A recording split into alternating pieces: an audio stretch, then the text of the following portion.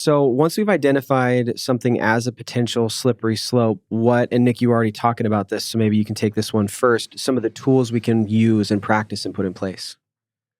Yeah, some of this depends, obviously on what the behavior is or what we're identifying, because there's differing degrees to which we can address them. But, many of them, if we're in that first season of recovery or season of life, we're establishing sobriety as a high need and not something we've done very well in the past. I think more often than not, we're going to look at those slippery slope behaviors and say, for now, it's not worth it. I can't have it. Yeah. So, I didn't try to manage my fantasy sports better. There were years I did not have them. I had no teams. I was in no leagues. And even though there'd been a fun, that camaraderie that you can have with other, like at that time, other guys in the church that would be on the fantasy football league, it was just like, I don't know that I can be trusted with it. I think I'm needing to learn health. And it's something I don't need it in any way, shape, or form to make my life better or to live, to do my job.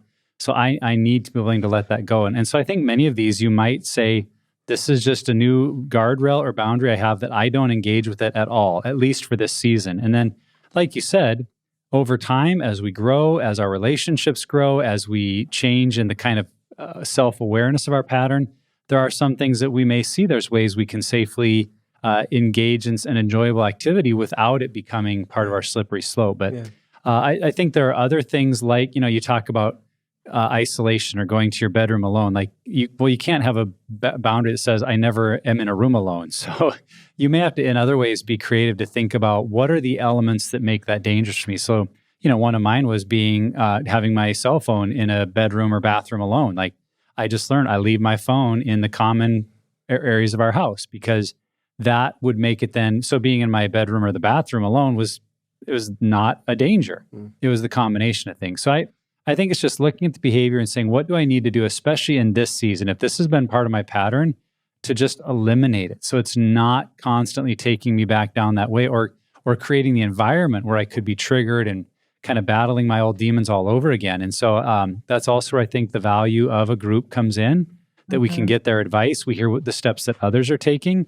And we can even bring some that we're not sure of. If it's related to how we do our job. I've had that a lot with guys that will say, like, I can't get rid of my smartphone or the internet on it because it's part of how I answer my work calls and do this and that. And so we've, as a group, will strategize, okay, what are ways that can help you mitigate that being a slippery slope in your life, but maybe not require you to quit your job over it, right. And then at other times, if people see that it's all connected.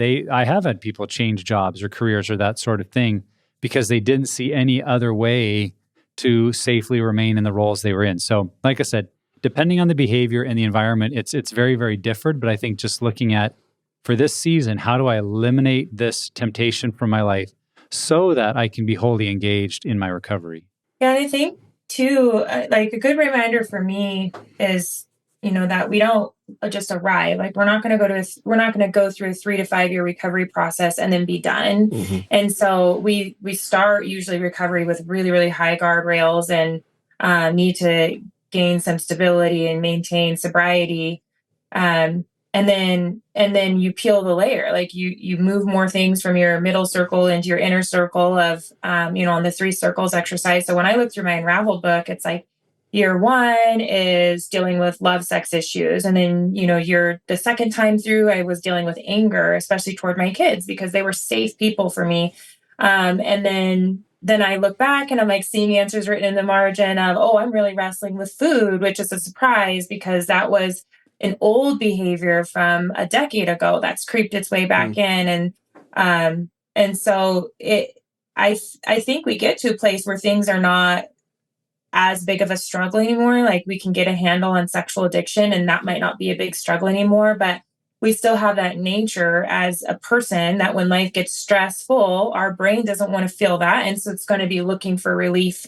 And that's where we have to stay super attuned and watch for these little creepers to come back in, or different new ways where it's like, oh, now I'm kind of disengaging with books where before it was porn, or that we can find new things. And so I think that's why it's important to continue to at least have a community where you can say, I feel like I'm in a rut. Like, that's the language I use, is my brain feels like it's very rutted right now. And then there's other times I just feel very free and not chained by any addictions, or not being pulled anyway. And if like I'm living in health and I feel when I get in that rut and I'm like, I feel like I need something Yeah. constantly. And that's where I'll start reaching out for help and making some plans. So another tool I'd mention, just because I think technology is really a slippery slope for so many people, especially on the front end of recovery, but can absolutely continue to be one for people as they go in their journey, is the Tech Action Plan, is just evaluating how you use technology, what boundaries and guardrails you need in place,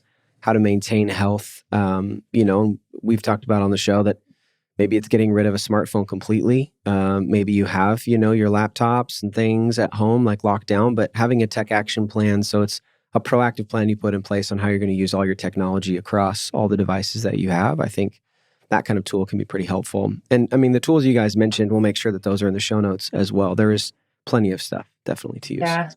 I was thinking too, my kids have the Bark monitoring app and I just love it so much. But I also put a timer on my Amazon app. And so my kids are like, why do you have a timer on your, it'll be like, you've run out of your Amazon time today.